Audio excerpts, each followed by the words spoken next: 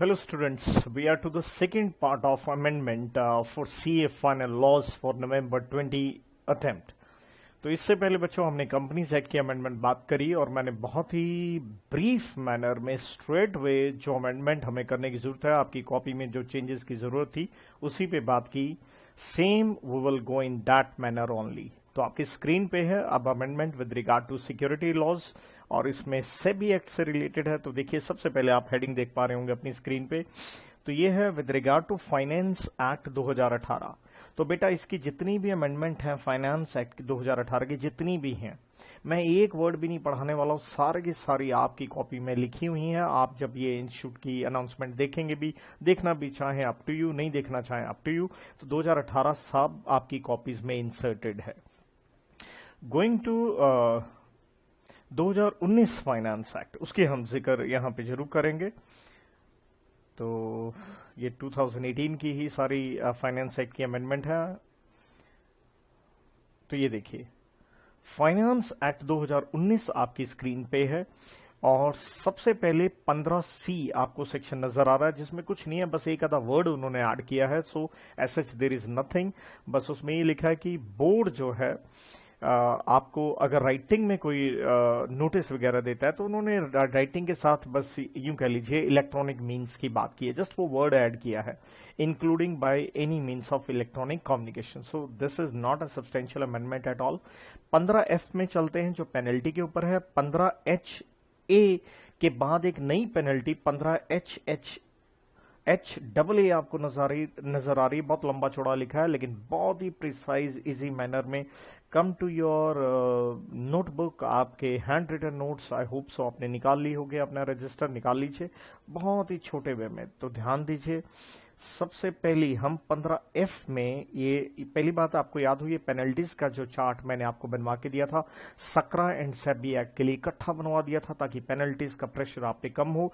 तो point number 3 आप देख सकते हैं ऑरेंज कलर से पहले लिखा हुआ जिसपे लिखा है कि ये सेबी के लिए है. 3rd एंड 4th पॉइंट तो ये था excess brokerage charge by broker. ये है सेक्शन 15F सेबी का जिसमें अमेंडमेंट है. तो आपको याद होगा ये कांटा क्यों लगा हुआ है, आप समझ गए. ये सकरा एक्ट वाला कॉलम था, अगला था सेबी वाला, क्योंकि अगर आप टॉप पे देखें आपके रजिस्टर में आप देख ही पा रहे होंगे. तो मैंने 2 कॉलम बना दिए थे सकरा एंड सेबी के लिए. देन थी lower limit and upper limit.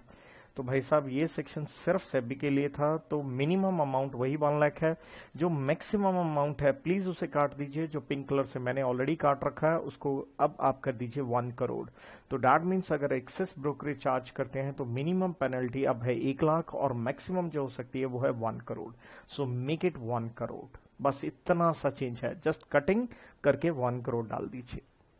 Then SEBI का ही एक नया सेक्शन इन्होंने और पेनल्टी से रिलेटेड इंसर्ट किया है, डेट इज अभी आप देख रहे थे सेक्शन. तो ये नीचे चले जाइए चार्ट में, मैंने ऑलरेडी हैंड रिटन लिख दिया है ताकि आपका टाइम और ज्यादा बचे. तो आप स्क्रीनशॉट लेके चाहे आराम से बाद में लिख लीजिएगा. तो 15HAA है, सेबी का है और आप देख पा रहे हैं 15H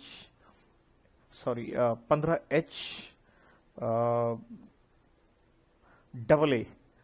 तो 15HAA प्लीज. सो इसको यहां डबल ए, 15HAA है, सेबी का है, नया इंसर्ट हुआ. बहुत ही इजी मैनर में मैंने यहां पेनल्टी का रीजन लिख के दिया. देखिए क्या है, आपने जो सेबी के रिकॉर्ड्स हैं, जैसे सेबी की साइट पे गए, आपने वहां कुछ बदलाव कर दिया बिना ऑथराइजेशन के, आपको एक्सेस नहीं है, कोई डाटा निकाल लिया, तो उससे रिलेटेड है alteration, destruction etcetera of records and failure to protect electronic database of SEBI. मतलब सेबी की साइट को आपने हैक कर लिया, वहां कुछ भी आपने प्लस माइनस किया हो, तो इसलिए पेनल्टी सिर्फ सेबी से रिलेटेड है. काटा इसलिए लगा है, सकरा के लिए नहीं है ये पेनल्टी, सिर्फ सेबी एक्ट के लिए है. मिनिमम है 1 लाख और मैक्सिमम, ध्यान दीजिए ऐसे ही सेबी की आपने पेनल्टी इनसाइडर ट्रेडिंग वाली, वो कोड की आपको याद हो फुई वाली जो आपने पढ़ी थी, लगभग वैसा है. बट मिनिमम अमाउंट 1 लाख है, मैक्सिमम बताया गया 10 करोड़ और 3 गुना जो प्रॉफिट आपने इस गलत हरकत से, गलत रिकॉर्ड मैनिपुलेशन करके कुछ कमाया हो, whichever is higher. So minimum 1 lakh, maximum है 3 गुना जो प्रॉफिट आपने कमाया और whichever is higher. So minimum 1 lakh, maximum में 2 लिमिट्स आ गई, 10 करोड़ और 3 times of profit made whichever is higher. तो ये तुरंत आप लिख लीजिए या स्क्रीनशॉट ले लीजिए.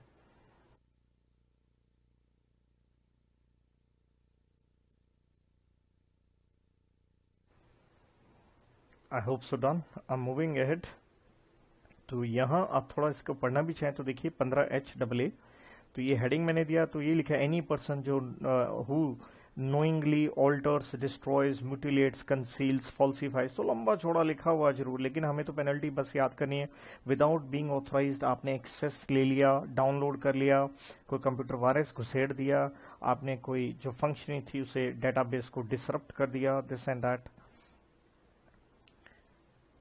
और डैमेज कुछ पहुंचाया है और किसी को आपने बेनिफिट लेने दिया, तो आपको पेनल्टी, देखिए ये लिखा है penalty which shall be not less than 1 lakh, minimum होगी बट मेक्स 10 to 10 crores और 3 times of profit made whichever is higher. यही पढ़ा है मैंने आपको।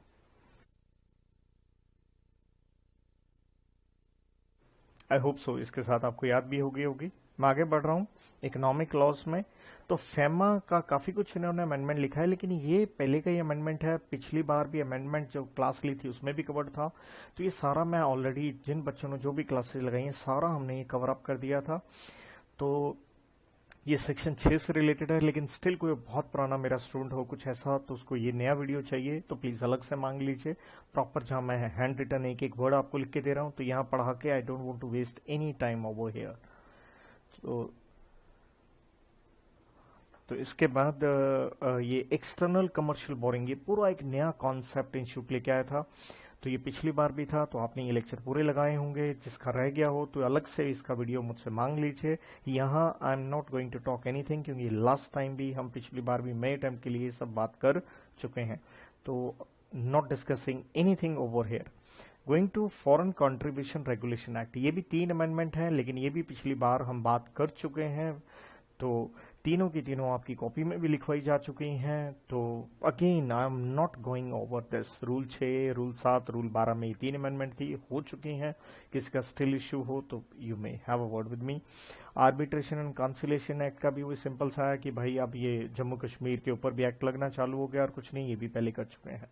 तो मेन जो अमेंडमेंट है वो अदर लॉज में वो आती ही आईबीसी के ऊपर है। इंसॉल्वेंसी, बैंक्रप्सी कोड, वो हमें करनी पड़ेगी, डिटेल में अच्छे से करनी पड़ेगी। आप अपना रजिस्टर प्लीज रेडी रखें, अभी तक नहीं निकाला था निकाल लो। तो मेन अदर लॉज मतलब कंपनीज एक्ट को छोड़ते हुए अदर लॉ कह लें या आप इकोनॉमिक लॉज कह लें, आईबीसी कोड में हमें अच्छी खासी अमेंडमेंट्स करनी है, राइट।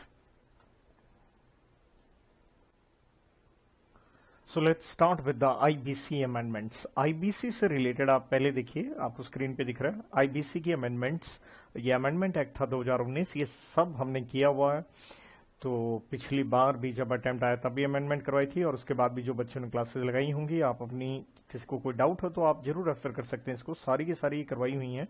तो इसमें मैं बिल्कुल भी एक भी पॉइंट पे हम नहीं जाएंगे 2019 के अमेंडमेंट एक्ट में, क्योंकि ये पुरानी है। लेकिन ये आप देख रहे हैं आईबीसी अमेंडमेंट एक्ट 2020, जो कि 13 मार्च को नोटिफाई होता है, लेकिन इसकी एप्लीकेबिलिटी रेट्रोस्पेक्टिव इफेक्ट से है 28 दिसंबर 2019 से। सो अमेंडमेंट एक्ट 2020 नो डाउट आपने जो क्लासेस लगाई उसमें ये कवर अप नहीं हुआ। ये हम लोग एक एक अमेंडमेंट पढ़ने जा रहे हैं। तो सबसे पहले जो अमेंडमेंट आती है सेक्शन 5 में डेफिनेशंस थी, तो 2 डेफिनेशंस में बदलाव हुआ है। स्ट्रेट वे अपनी कॉपी में आ जाइए, ये जा रहा हूं मैं डेफिनेशन में। और सबसे पहले जो बदलाव आता है वो आता है सेक्शन 5 सब सेक्शन 12 में। तो आप देखिएगा आपकी कॉपी में यही वाला पेज मैं बड़ा करके दिखा रहा हूं स्क्रीन आपको। तो बच्चों ये ये हमने एक चार्ट बनाया था, गौर से देखिएगा दिस पर्टिकुलर चार्ट। ये चार्ट हमने बनाया था एज टू डेट्स के ऊपर डेफिनेशंस ली थी, initiation date, insolvency commencement date and liquidation commencement date. तो ये आप जो देख रहे हैं सेक्शन 5 सब सेक्शन 12, इसमें अमेंडमेंट है। लेकिन आपके लिए अच्छी बात है, जो अमेंडमेंट है वो आपको कुछ नहीं करना अपने नोट्स में। दरअसल इसमें 5/12 में एक प्रोविजो थी जिसकी वजह से एम्बिगुइटी रहती थी, उन्होंने प्रोविजो ओमिट कर दी। तो मैंने ऑलरेडी ही आपको पहले ही ये प्रोविजो नहीं लिखवाई हुई है आपके नोट्स में, इसी वजह से। तो दैट मीन्स कॉपी में आपको कुछ भी करने की जरूरत नहीं है। प्रोविजो ओमिट हुई, हमने लिखी नहीं हुई, बात ही खत्म। तो ये हमारे लिए हो गया आसान। हमें एक नई डेफिनेशन, आपके जो डेफिनेशन वाला पेज है तो उसमें एक नई डेफिनेशन हमें जरूर लिखनी होगी। वो पहले ये देख लीजिए, ये नई डेफिनेशन आई है जो हमें लेनी है, दैट इज क्लॉज नंबर 15 में, that is section 5 sub section 15 में ये नई डेफिनेशन लिखनी होगी। इसमें चेंज है, डेफिनेशन नहीं है, पुरानी ही है, लेकिन हमने नहीं की थी। क्यों नहीं की थी भैया? हम उतना ही कर रहे हैं जो स्टडी मटेरियल में जितना हमें बताया गया है। तो ये इन्होंने जब अमेंडमेंट डाल दी तो हमें डेफिनेशन पढ़नी पड़ेगी। तो आइए ये डेफिनेशन आप लोग लिख सकते हैं मेरे साथ में, या आप स्क्रीनशॉट ले लीजिएगा। तो ये है डेफिनेशन, आती है आपकी सेक्शन नंबर 5 के अंदर। सेक्शन नंबर 5 में सब सेक्शन नंबर 15, और डेफिनेशन का नाम है इंटरिम फाइनेंस। नाम से ही पता चल रहा है भाई, शॉर्ट टर्म फाइनेंस, ब्रैकेट में मैंने लिख के दे रखा है। तो यहां डेफिनेशन में पहले क्या होता था, means any financial debt raised bye resolution professional during insolvency resolution process period. तो कहता है उस दौरान आरपी ने जो भी फाइनेंशियल डेट रेज किया, दैट इज इंटरिम फाइनेंस। लेकिन अब इन्होंने एड ऑन क्या किया, अमेंडमेंट ये आई है, and such other date as may be prescribed. तो दैट मीन्स फाइनेंशियल डेट के साथ कोई और डेट भी हम प्रिस्क्राइब कर सकते हैं। ये आता है अमेंडमेंट एक्ट 2020 से, ये है अमेंडमेंट आपकी। तो बेसिकली ये अमेंडमेंट आई क्यों है उसका अगर मैं लॉजिक दूं, देखो ये लिख के भी मैंने दिया, बेसिकली टू हेल्प, ये अमेंडमेंट आती है to help real estate companies. तो जैसे रियल एस्टेट से रिलेटेड ये जैसे डेट एक प्रिस्क्राइब हुआ है, तो मैं उसका एग्जांपल दे देता हूं, like special window for affordable and middle income housing investment fund. तो ये affordable middle housing investment fund से भी अगर आप पैसे उठाते हैं रियल एस्टेट वाले, तो ये इंटरिम फाइनेंस में आ जाएगा। तो ऑब्वियसली रियल एस्टेट वालों को हेल्प करने के लिए, क्योंकि ये सेक्टर इस समय आप जानते हैं ड्यू टू रिसेशन, और उसके बाद तो चलो कोविड वोविड और भी बहुत कुछ हो गया, तो उनके लिए ये इन्होंने सिर्फ क्या किया, फाइनेंशियल डेट के साथ एक वर्ड अटैच कर दिया डेफिनेशन में, सच अदर डेट। तो ये लॉजिक वॉजिक लिखना है लिखो, नहीं लिखना ना लिखो, कोई जरूरत भी नहीं है। आपको तो इंटरिम फाइनेंस का डेफिनेशन पता होना चाहिए, सिंपल 2 वर्ड। फाइनेंशियल डेट में एक चीज और ऐड हो गई, एनी अदर डेट, बात खत्म। आई होप सो लिख लिया, या फोटो आपने क्लिक कर ली। हम आगे बढ़ रहे हैं। देन आप देख रहे हैं पॉइंट नंबर 3 में जो अमेंडमेंट एक्ट 2020 है, सेक्शन 7(1) में इन्होंने क्या किया है, 7(1) बहुत इंपॉर्टेंट सेक्शन था हमारे लिए। उसमें 3 प्रोविजंस, ये आप देख रहे हैं 1 2 3 प्रोविजंस आप देखेंगे, ये इन्होंने इंसर्ट कर दी। काफी लंबा चौड़ा आपको लग रहा है, आप सिर्फ अपनी कॉपी निकालिए, हम बस उसके अंदर जाके चेंज करने वाले हैं।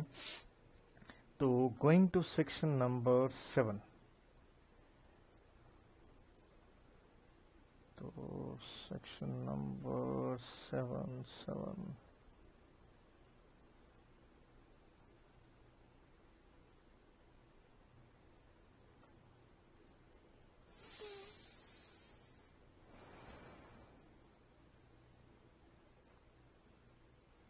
ये रहा जी 7। तो ये हमने एक नोट्स बनाए थे जहां हमने हेडिंग दिया था CIRP प्रोसेस, उसका इनिशिएशन, उसकी जो एप्लीकेंट्स थे 3 तरह के थे, financial creditor, operational creditor and खुद कॉर्पोरेट एप्लीकेंट। तो ये जो हमने चार्ट बनाया था यही वाला पेज निकाल लीजिए। अब अमेंडमेंट क्योंकि थोड़ी बड़ी है तो उसको लिखने के लिए पहली बात ये रहा आपकी स्क्रीन पे, फाइनेंशियल क्रेडिटर सेक्शन 7 जो हमने पढ़ा था। तो हल्का सा पहले इसका जिक्र कर लें। तो हमने कहा था जो फाइनेंशियल क्रेडिटर CIRP के लिए एप्लीकेशन देते हैं, वो सिंगली दें, ज्वाइंटली दें, या कोई और पर्सन जो सेंट्रल गवर्नमेंट नोटिफाई करेगा वो दे सकता है, दिस एंड दैट, ये सब कुछ था, राइट। अब बच्चों हुआ क्या, इस सेक्शन 7 में ध्यान दीजिए ये क्या लिखा मैंने, 3 provisions inserted by amendment act 2020, 3 provision insert होगी। एंड आई डेफिनेटली नो आपके पेज पे ये जगह नहीं होगी, तो आप क्या कीजिए, एक स्टिकी नोट अटैच कर दीजिएगा। जैसे मैंने लिखा 3 प्रोविजन इंसर्टेड, वो अपनी कॉपी पे लिख लेना, और एक स्टिकी नोट लगा के उसी पेज पे वहां रख लो, क्योंकि हमें इसमें कुछ काटना वाटना नहीं है, एडिशन है ये, क्योंकि ये प्रोविजन इंसर्ट हुई हैं। तो कुछ हमें सब्सटीट्यूशन नहीं करना, कुछ हमें ओमिशन नहीं करना, नया कुछ लिखना होगा। तो 3 प्रोविजन है, ये मैंने पहले से ही आपके लिए हैंड रिटन लिखी है, आप स्क्रीनशॉट ले लेना या मेरे साथ लिख लो, देखो ध्यान से, बहुत इजी है, याद करा दूंगा। प्रोविजन 1 क्या कहती है, फाइनेंशियल क्रेडिटर ने एप्लीकेशन दी, CIRP के लिए दी, यही लिखा है application for CIRP filed by financial creditors. कहता कौन से financial creditors, under section 21(6)(a), 6A की क्लोज ए और बी वाले। तो कहता अगर एप्लीकेशन दी है फाइनेंशियल क्रेडिटर ने दी है, कौन से वाले, 21(6)(a) वाले। क्या है 6A की क्लोज ए में, कहता फाइनेंशियल डेट, अगर फाइनेंशियल जो क्रेडिटर है वो बैंक से नहीं लोन लिया हुआ, वो आपने कोई सिक्योरिटीज या डिपॉजिट्स के रूप में पैसे ले रखे हैं, वो वाला फाइनेंशियल क्रेडिटर।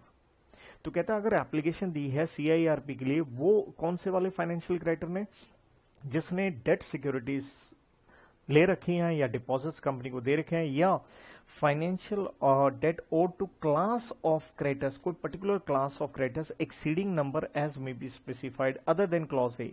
मतलब पहली बात, फाइनेंशियल क्रेडिटर कौन से आ गए, सिक्योरिटीज डिपॉजिट्स की नेचर में आ गए या कोई पर्टिकुलर क्लास की नेचर में आ गए।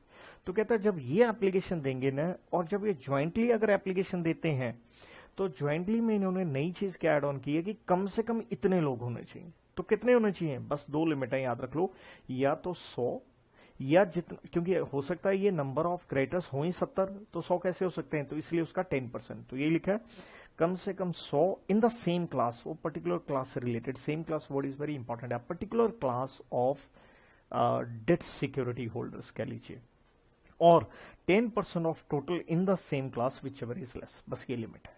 तो अगर ज्वाइंटली क्या ये एप्लीकेशन आई है, किसकी आई है, फाइनेंशियल क्रेडिटर के। कौन सा फाइनेंशियल क्रेडिटर, जो 21(6)(a) की क्लॉज ए और बी में है, उसमें क्या है, डेट सिक्योरिटीज या डिपॉजिटर्स कह लीजिए या कोई पर्टिकुलर क्लास कह लीजिए। तो कहता है अगर ज्वाइंटली एप्लीकेशन आती है तो कम से कम ये लोग होने चाहिए 100 या टोटल नंबर का 10%, विच एवर इज लेस, बात खत्म। यह है प्रोविजन नंबर 1।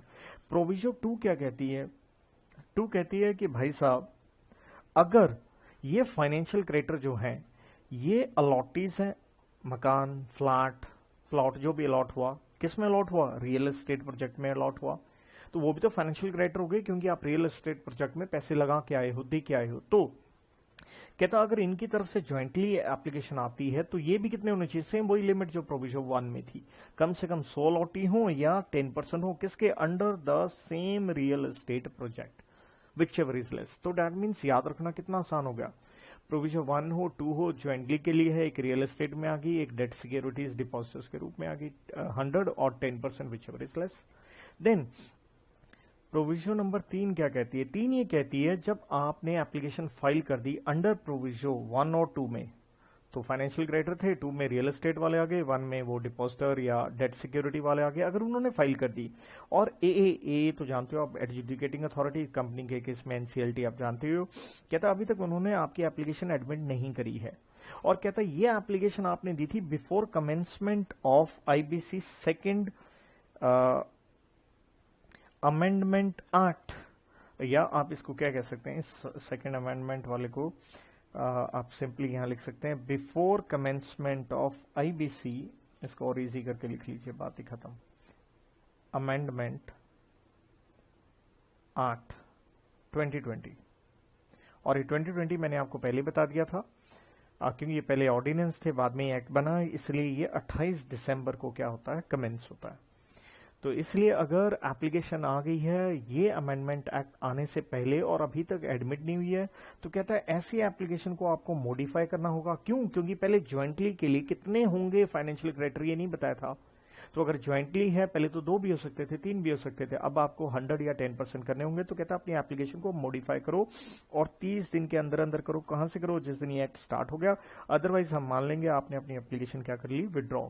तो पॉइंट समझने का था, क्या है पॉइंट, कि भाई साहब आपने ही अमेंडमेंट एक्ट आने से पहले दे दी एप्लीकेशन, लेकिन एडजुडिकेटिंग अथॉरिटी ने अभी तक वो नहीं करी एडमिट, तो आपको क्या करना होगा, जैसे ही एक्ट स्टार्ट हो गया तो भैया आपको अपनी एप्लीकेशन मॉडिफाई करके वो नंबर ऑफ पर्संस लाने ही पड़ेंगे, 100 या 10%, और ये 30 दिन में दोबारा एप्लीकेशन दो, वरना हम मान लेंगे आपकी पुरानी एप्लीकेशन आपने क्या कर ली, वापस ले ली, दैट मीन्स विड्रॉ कर ली।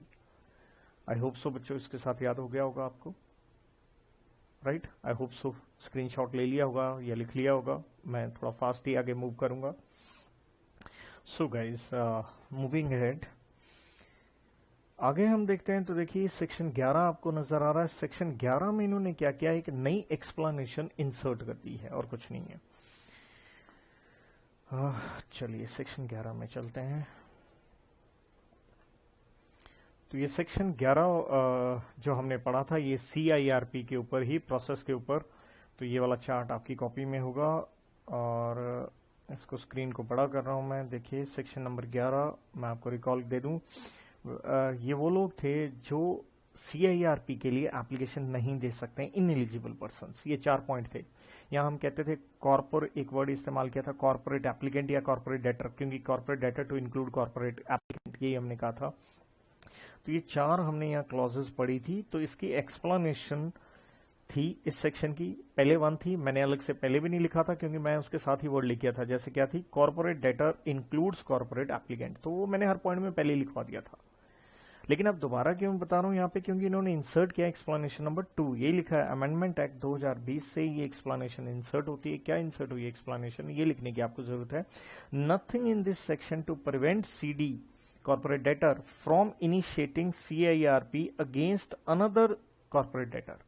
कहता है क्योंकि 11 में हम क्या पढ़ रहे हैं, इनएलिजिबल पर्सन, ये लोग एप्लीकेशन नहीं दे सकते। कौन से लोग, अरे हर पॉइंट में देखो यही कॉर्पोरेट एप्लीकेंट या कॉर्पोरेट डेटर लिखा है, जो खुद ऑलरेडी CIRP में चल रहा है, या 12 महीने वाला पॉइंट था, या टर्म्स का वायलेशन हुआ। तो इसलिए ये एक्सप्लेनेशन का लॉजिक क्या आता है, ये जस्ट क्लैरिटी के लिए आता है। ये देखो ब्रैकेट में मैंने लिख के दिया, inserted to bring clarity. Clarity क्या है कि एक corporate debtor CIRP process initiate कर सकता है किसी और के खिलाफ, उसके किसी और के खिलाफ करने में, इनिशिएट करने में कोई इनएलिजिबिलिटी आपकी नहीं है, रादर आप एलिजिबल हो। तो जस्ट क्लैरिटी के लिए ये कोई बहुत बड़ा इसका कोई इंपैक्ट ही नहीं है इस एक्सप्लेनेशन का, क्योंकि 11 में क्या था, इनएलिजिबल, ये कॉर्पोरेट डेटर इनएलिजिबल है, इनएलिजिबल है, इनएलिजिबल है, 4 पॉइंट। तो एक्सप्लेनेशन क्या कहती है, आप एज ए कॉर्पोरेट डेटर किसी और कॉर्पोरेट डेटर के खिलाफ CIRP की एप्लीकेशन लेके आते हो तो कोई टेंशन नहीं भाई। Clear, I hope so return. चलिए मैं आगे बढ़ रहा हूं। Then guys section number 14। तो 14 में इन्होंने फिर से एक्सप्लेनेशन इंसर्ट करी है। 14 आपको याद होगा, ये आपका मोराटोरियम पीरियड से रिलेटेड। तो 14 में ये रहा आपकी स्क्रीन पे मोराटोरियम पीरियड वाला सेक्शन 14। अमेंडमेंट क्या है देखो, हमने यहां पे बच्चों मोराटोरियम पीरियड में हमने ये लिखा था प्रोहिबिटिंग एक्ट्स, मोराटोरियम में आप ये काम नहीं कर सकते। तो ये मैंने आपको 3 पॉइंट थे, बेसिकली 4 थे, 3 बना के लिख के दिए थे। तो अब जैसे अमेंडमेंट आई है तो उस मेरे को सबसेक्शन भी कोट करना पड़ेगा। तो ये जैसे सबसेक्शन 1 था, क्योंकि हमने सबसेक्शन वाइज पढ़ने में, नोट्स बनाने में इतनी अपनी बैंड नहीं मतलब करते रहेंगे कि अपना इतना बैंड बच जाए कि याद ही ना हो। तो लेकिन अभी मैं कोट कर रहा हूं पिंक कलर से। तो यहाँ क्या है, ये जो प्रोहिबिटिंग एक्ट्स थे इनसे रिलेटेड एक एक्सप्लेनेशन इन्होंने इंसर्ट करी है by amendment act 2020, prohibiting act से रिलेटेड। अब मैंने तो यहीं पे लिख के दे दिया अलग से, लेकिन आपके नोट्स में जगह ना हो तो आप क्या करो, प्रोहिबिटिंग एक्ट्स के साथ लिख दो, एक एक्सप्लेनेशन इंसर्ट हुई है, जगह हो पेज पे तो एरो टाइप मेरी तरह निकाल दो, वरना एक स्टिकी नोट लगा दो। एक्सप्लेनेशन क्या है, गौर से समझना, 2 जगह ये काम आएगी। कहता अगर प्रोहिबिटिंग था आप ये काम नहीं कर सकते, कहता अगर इफ एनी लाइसेंस को, सरकारी होता है ना लाइसेंस, परमिट, रजिस्ट्रेशन, कोई राइट वगैरह मिलना, तो ये लिखा है, कहता है if any license, permit, registration, quota, clearance, concession, right etcetera जो आपको सरकार से मिला, चाहे सरकार हो, central government, state government, LA बोले तो लोकल अथॉरिटी, सेक्टोरल रेगुलेटर जैसे RBI, SEBI वगैरह, या अदर अथॉरिटीज या कोई और अथॉरिटीज हो, कहता उनसे आपको कोई लाइसेंस, रजिस्ट्रेशन वगैरह मिली है, शेल नॉट बी सस्पेंडेड या टर्मिनेटेड, क्योंकि प्रोहिबिटिंग का मतलब था ये काम नहीं करोगे, लेकिन ये कह रहा है कोई बात नहीं कर लो भाई, टर्मिनेट नहीं होगी, चाहे आप क्या हो गए, इंसॉल्वेंट। लेकिन अनलेस का मतलब क्या है, एक्सेप्शन है, दैट मीन्स आपके ऊपर फिर से प्रोहिबिशन लग जाएगी अगर आपने, क्योंकि लाइसेंस मिला है तो उसकी फीस देनी होती है, unless there is default in payment of current dues, अगर आपने पैसे नहीं दिए during moratorium period for use of यही लाइसेंस, रजिस्ट्रेशन, राइट वगैरह। तो सिंपल ये कह रहा है अगर सरकारी कोई लाइसेंस वगैरह आपको मिला हुआ है तो भाई साहब चाहे आप इंसॉल्वेंट हो गए वो कैंसिल नहीं होगा, लेकिन अगर उससे रिलेटेड आपने जो पैसे देने थे नहीं दिए हैं तो अलग बात है, फिर प्रोहिबिशन लग जाएगी। देन इसी सेक्शन 14 में हमें सेकंड अमेंडमेंट क्या नजर आती है, देखिए हमने परमिटेड एक्ट्स लिखे थे 3 पॉइंट। तो पहला पॉइंट आता है सबसेक्शन 2 में, सबसेक्शन 2 के नीचे इन्होंने सबसेक्शन 2A इंसर्ट किया बाय अमेंडमेंट एक्ट 2020, और ये फिर से मैंने मेरे पास थोड़ी जगह थी तो मैंने एरो निकाल के लिए लिख दिया। क्या लिखा है मैंने यहाँ पे देखिए, 14 ये कहता है supply of goods services, the word is GS, goods कहो या सर्विसेज, क्योंकि ये परमिटेड एक्ट था कि आप बिजनेस एक्टिविटी जो कि एसेंशियल है वो गुड्स या सर्विसेज की सप्लाई वगैरह दे सकते हैं कॉर्पोरेट डेटर को। तो ये कह रहा है supply of goods and services necessary to protect preserve value of corporate debtor as पर आईआरपी या आरपी, इंसॉल्वेंसी रेजोल्यूशन प्रोफेशनल या रेजोल्यूशन प्रोफेशनल जो है उसके मुताबिक, कि ये गुड्स जरूरी हैं कॉर्पोरेट डेटर की वैल्यू मेंटेन करने के लिए। तो कहता नॉट टू बी सस्पेंडेड और टर्मिनेटेड, वही लाइसेंस वाला पॉइंट आ गया कि अगर रेजोल्यूशन प्रोफेशनल को लगता है कुछ supply of goods and services corporate debtor की वैल्यू प्रोटेक्ट प्रिजर्व करने के लिए जरूरी है, तो ये कॉन्ट्रैक्ट कैंसिल नहीं होगा। हाँ हो जाएगा अगर उसके पैसे आपने नहीं दिए हैं मॉराटोरियम पीरियड में, सेम ऊपर वाला पॉइंट, अनलेस जैसे ऊपर वाला लाइसेंस वाला था। I hope so got it. Then second जो पॉइंट था वो आता है section 14 sub section 3 clause A में। तो अभी मेरे को बताना पड़ रहा है ताकि आप इंस्टीट्यूट की अनाउंसमेंट देखते हैं तो उसके साथ मतलब चेकआउट भी करना चाहें तो इजी रहे। ये था कि कुछ परमिटेड ट्रांजैक्शंस हैं जो परमिट करी हो सेंट्रल गवर्नमेंट ने, किससे पूछ के, फाइनेंशियल सेक्टर रेगुलेटर से पूछ के। बस उसमें इन्होंने अमेंड कर दिया, साथ में एक और वर्ड क्या कर दिया, एनी अदर अथॉरिटी। तो पहले था ट्रांजैक्शंस परमिट करेगा सीजी किससे पूछ के, फाइनेंशियल सेक्टर रेगुलेटर से पूछ के। आप क्या डाल दिया, कोई और अथॉरिटी से भी अगर कोई परमिशन लेनी है तो उससे पूछ के आप कर सकते हैं। बस इतना सा पॉइंट है। तो ये थी बच्चों सेक्शन 14 की amendment and it comes to an end. तो मोटा मोटा 14 में ये 3 अमेंडमेंट आपको नजर आती हैं। तो चलिए आगे बढ़ते हैं। तो ये देख रहे हैं आप 14(2)A मैंने करवा दिया आपको,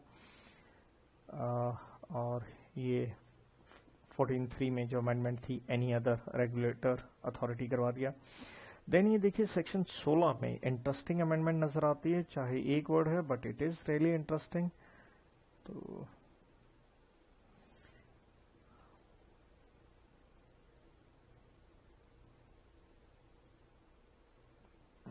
सेक्शन नंबर 16 उसी पेज पे होगा भाई, सीओसी।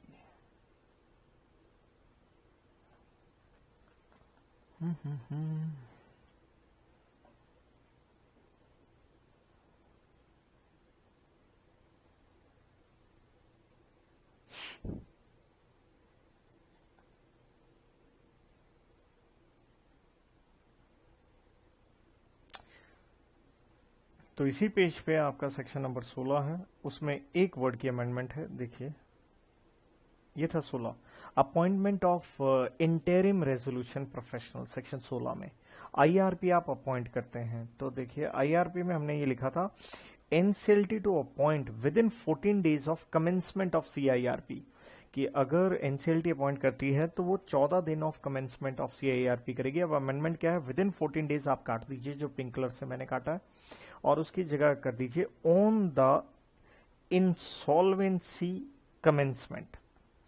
तो 14 डेज को आपने काटा और अब डेट कौन सी आ गई, on the insolvency commencement date.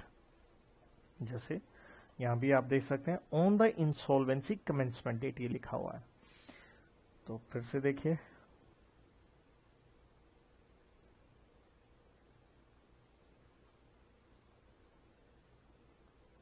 On the insolvency commencement, और एक वर्ड यहां और डाल दीजिए date, on the insolvency commencement date, right. I hope so लिख लिया होगा आपने ये। चलिए फिर आगे बढ़ते हैं। तो 16 के बाद आपको ये दिख रहा है सेक्शन 21। ये एक नॉर्मल सी अमेंडमेंट है, तो not having much importance you can say. तो ये है बच्चों आपका सेक्शन नंबर 21 जो कि कमेटी ऑफ क्रेडिटर्स पे था। और इसमें यहां ध्यान दीजिए पहले पॉइंट के नीचे आके एक्सेप्शन में हम क्या पढ़ रहे हैं। तो हमने 2 पॉइंट यहां पढ़े थे, हमने 2 पॉइंट पढ़े थे कि अगर RP related party is solely on account of conversion of debt into equity shares तो कोई पंगा नहीं है, और instruments convertible into equity shares तो कोई पंगा नहीं है। इसमें आप एक थर्ड पॉइंट अटैच और करोगे, और completion of transactions as may be prescribed, और completion of transaction as may prescribe, जो प्रिस्क्राइब करेंगे बाद में कुछ आएगा तो हम बात करेंगे, फिलहाल इतना सा वर्ड आपने डालना है, that's why I was saying not much significance at all. और यही सेम लाइन आपके सेक्शन नंबर 29A में भी 2 जगह रिपीट होगी।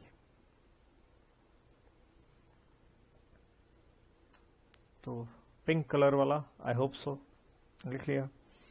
तो 21 के बाद ये देखो 29A, और ये सेम यही वर्ड अगर आप पढ़ो 2 जगह, मैं ही कह रहा था completion of such transaction as may prescribed.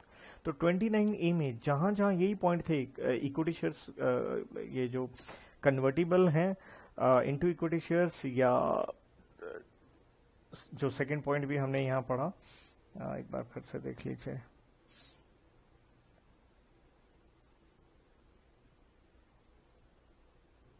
ये हम पढ़ रहे थे conversion of debt into equity shares या other instruments into equity shares और कंप्लीशन ऑफ ट्रांजैक्शन। तो 2 जगह ये पॉइंट 29A में भी आया था, बस वहां पे सेम पॉइंट 29A वाला आप कॉपी पेस्ट कर लें, या यहीं पे चाहे लिख के छोड़ दो, सेक्शन 29A में भी सेम अमेंडमेंट, बस चाहे यहां लिख के छोड़ दो, वहां लिख लो दोबारा से, that's it, right. Thereafter ध्यान दीजिए एक नया सेक्शन 32A ये ले आए, काफी बड़ा है, देखिए आप सब सेक्शन 1 आपको दिख रहा होगा यहाँ पे, और 3 सब सेक्शन यहाँ आपको दिखेंगे अच्छे खासे।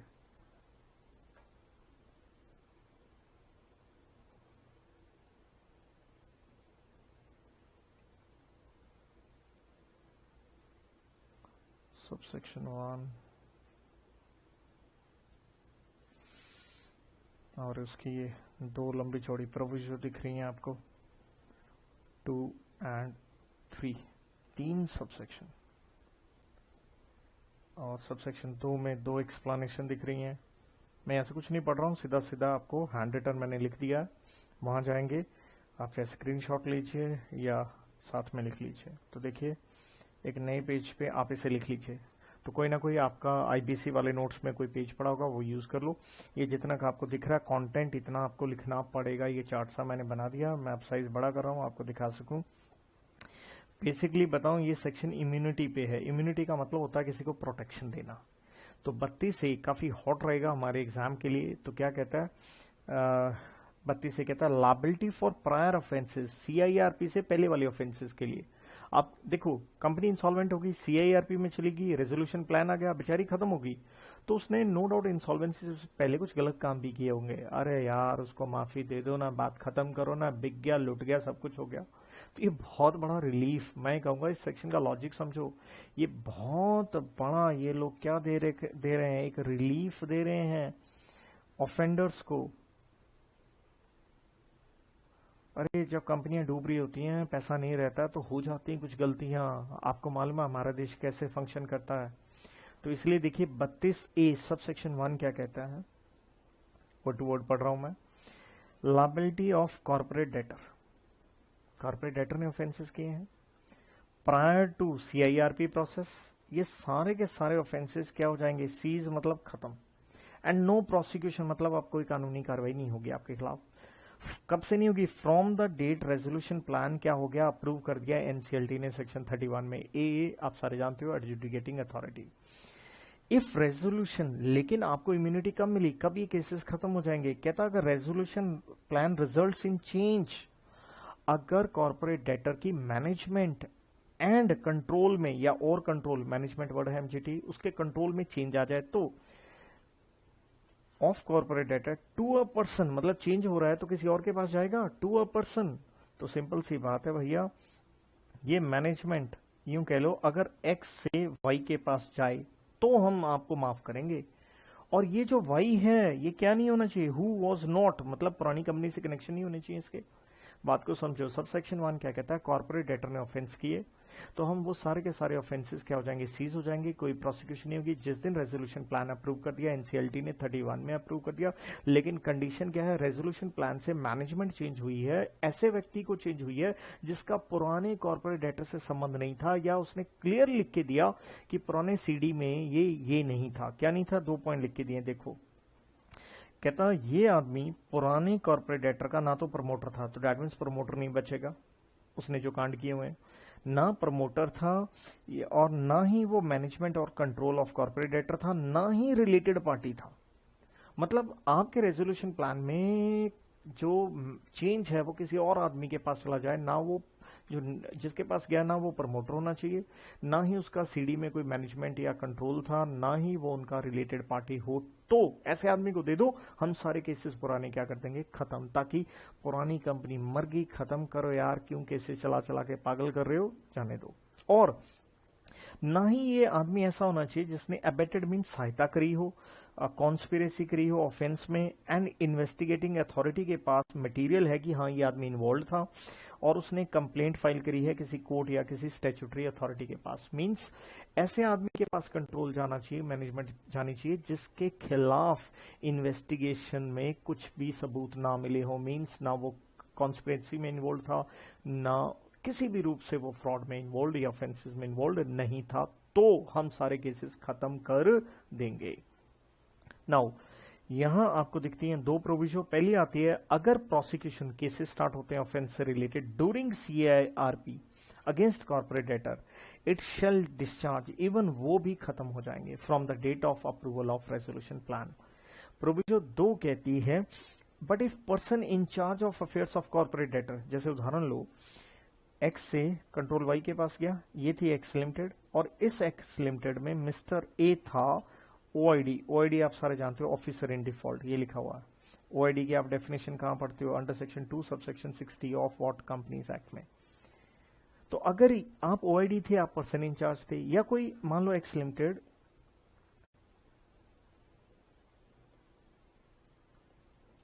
या मान लो जो एक्स लिमिटेड है वो लिमिटेड ना होके लेट्स से वो एक फर्म है, एलएलपी है, और एलएलपी में कौन होते हैं, डेजिग्नेटेड पार्टनर होते हैं, क्योंकि दो आदमी आपको डेजिग्नेटेड पार्टनर चाहिए होते हैं। जैसे हम इधर कहते हैं कि डायरेक्टर आपको मिनिमम जो चाहिए कंपनीज एक्ट में 149 में, तो डेजिग्नेटेड पार्टनर चाहिए होते हैं एलएलपी में, तो ये बन जाते हैं ऑफिसर इंचार्ज। तो कहता है but if person in charge of affairs of corporate debtor as DP या OID and involve in offence continues to remain liable, मतलब जिस आदमी ने कांड किए हैं उसकी लायबिलिटी तो रहेगी, बच कौन जाएगा, वो कॉर्पोरेट डेटर के खिलाफ सारे केसेस क्या हो जाएंगे, खत्म। तो सबसेक्शन 1 समझो इम्यूनिटी दी गई है कॉर्पोरेट डेटर को कि जितने उसके ऑफेंसेस थे आपके रेजोल्यूशन प्लान, आप सीआईआरपी में आए, रेजोल्यूशन प्लान अप्रूव होने से पहले वाले सारे खत्म हो जाएंगे, सारे, कोई प्रोसिक्यूशन नहीं होगा जिस दिन रेजोल्यूशन प्लान ए ने 31 में अप्रूव कर दिया। लेकिन जरूरत है उसके लिए मैनेजमेंट का चेंज होना, और ऐसे आदमी के पास मैनेजमेंट जानी चाहिए जिसका पुरानी कंपनी में जिसने कोई सहायता ना करी हो, ना ही वो प्रमोटर या उसके पास कंट्रोल रहा हो। दो प्रोविजन आती हैं, वो ये है कि ड्यूरिंग सीआईआरपी भी अगर ये ऑफेंस होते हैं तो वो भी खत्म हो जाएंगे, लेकिन अगर वो आदमी पर्सन इंचार्ज सीडी में था एज ओआईडी या डेजिग्नेटेड पार्टनर, उसके खिलाफ केस चलता रहेगा, क्योंकि प्रोविजन का मतलब दो होता है, या तो ये कंडीशन पुट करती है या ये क्रिएट करती है एक्सेप्शन, राइट। सब सेक्शन 2 और 3 अब हमारे लिए बड़ा आसान है, कुछ भी नहीं है अब इसमें। सब सेक्शन 2 कहता है no action against property of corporate debtor. Corporate debtor के केस खत्म कर दिए, तो ऑब्वियसली कॉर्पोरेट डेटर की प्रॉपर्टी तो जानी आगे किसी और के पास, तो कहता है उस प्रॉपर्टी को कोई आंच नहीं आएगी।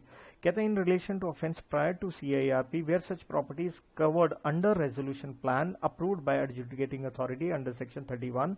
और वही आंसर सेम, देखिए मैंने टिक टिक यही लिखा है, अगर रेजोल्यूशन प्लान से मैनेजमेंट में चेंज आ जाए और ऐसे आदमी के पास वो मैनेजमेंट जाए जो ना प्रमोटर वगैरह हो, ना ही उसने ऑफेंसेस में कोई अबेटमेंट की हो या कॉन्स्पिरेसी की हो, तो डैट मीन्स वो प्रॉपर्टी भी क्लीन हो जाएगी। डैट मीन्स वो क्योंकि मैनेजमेंट शिफ्ट होगी तो उस प्रॉपर्टी के ऊपर कोई और उस प्रॉपर्टी से रिलेटेड कोई केसेस नहीं चलेंगे। हाँ, दो एक्सप्लेनेशन है। कहता है एक्शन अगेंस्ट प्रॉपर्टी, तो केसेस कौन से नहीं चलेंगे, हम नहीं कहा ना, इम्यूनिटी है, तो ऑब्वियसली चाहे वो अटैचमेंट का ऑर्डर हो, सीजर हो, रिटेंशन हो, कॉन्फिस्केशन, जिसको एक वर्ड में आप कह सकते हैं जब्त जुबत, टेक ओवर करना, तो वो सारे केसेस खत्म हो जाएंगे। हाँ, नो बार मीन्स कोई रोक नहीं है, आप प्रॉपर्टी के ऊपर एक्शन ले सकते हो of any person other than CD, क्योंकि हम प्रोटेक्शन किसको दे रहे हैं, सीडी को दे रहे हैं। किसी और आदमी की प्रॉपर्टी है, ले लो आप action. Who acquired such property, जिसने ये प्रॉपर्टी खरीदी थी थ्रू सीआईआरपी और लिक्विडेशन प्रोसेस, चाहे वो उसने इसी कॉर्पोरेट डेटर से उसकी लिक्विडेशन में या CIRP में खरीदी हो, क्योंकि हम प्रोटेक्शन सिर्फ कॉर्पोरेट डेटर को दे रहे हैं, उसकी प्रॉपर्टी को दे रहे हैं। और ये ऑफेंसेस कब होने चाहिए? CIRP से पहले, और ये सारे खत्म हो जाएंगे on the date resolution plan is approved. Thereafter guys subsection 3 कहता है notwithstanding. Notwithstanding का मतलब क्या? भाड़ में गया किसी एक्ट में क्या लिखा है? कहता है जो इम्यूनिटी का मतलब भी मैंने प्रोटेक्शन बताया, जो आपको सबसेक्शन 1 एंड 2 में मिली। 1 में केसेस आ गए, 2 में प्रॉपर्टी आ गई। प्रोवाइडेड टू, चाहे कहता कॉर्पोरेट डेटर को मिली या किसी और आदमी को मिली, who may be required to provide assistance. माना आपको इम्यूनिटी मिल गई, केसेस नहीं होंगे, लेकिन अगर आपने हेल्प करनी है इन्वेस्टिगेटिंग अथॉरिटीज की किसी लॉ में, under any law, shall provide assistance to any investigating authority for offenses committed prior to start of या initiation of CIRP process। हाँ, असिस्टेंस आपको देनी पड़ेगी, माना आपके खिलाफ केसेस खत्म हो जाएंगे। तो चाहे आप कॉर्पोरेट डेटर हैं या कोई और आदमी है जिसको सबसेक्शन 1 एंड 2 में इम्यूनिटी मिली है, लेकिन अगर आपकी असिस्टेंस चाहिए किसी लॉ में किसी उन ऑफेंसेस से रिलेटेड, तो आपको असिस्टेंस देनी ही पड़ेगी। तो ये होता है आपका सेक्शन 32 एक खत्म, और ये थी इम्यूनिटी या यूं कह लीजिए प्रायर ऑफेंसेस से रिलेटेड लायबिलिटी। अब एक छोटी सी नोटिफिकेशन है NBFC के लिए, उसे भी आप क्लिक कर लीजिए या लिख लीजिए। कहता है नोटिफिकेशन फॉर NBFC, आप सारे जानते हो, non banking financial companies including housing finance company, जिसके एसेट्स कम से कम हो 500 करोड़ के। तो NBFC वगैरह भी अगर इंसॉल्वेंट हो जाते हैं तो कहते हैं ये कोड अप्लाई होगा along with what insolvency and liquidation proceeding of financial service provider, because they are service provider. और कौन सी? फाइनेंशियल। And application to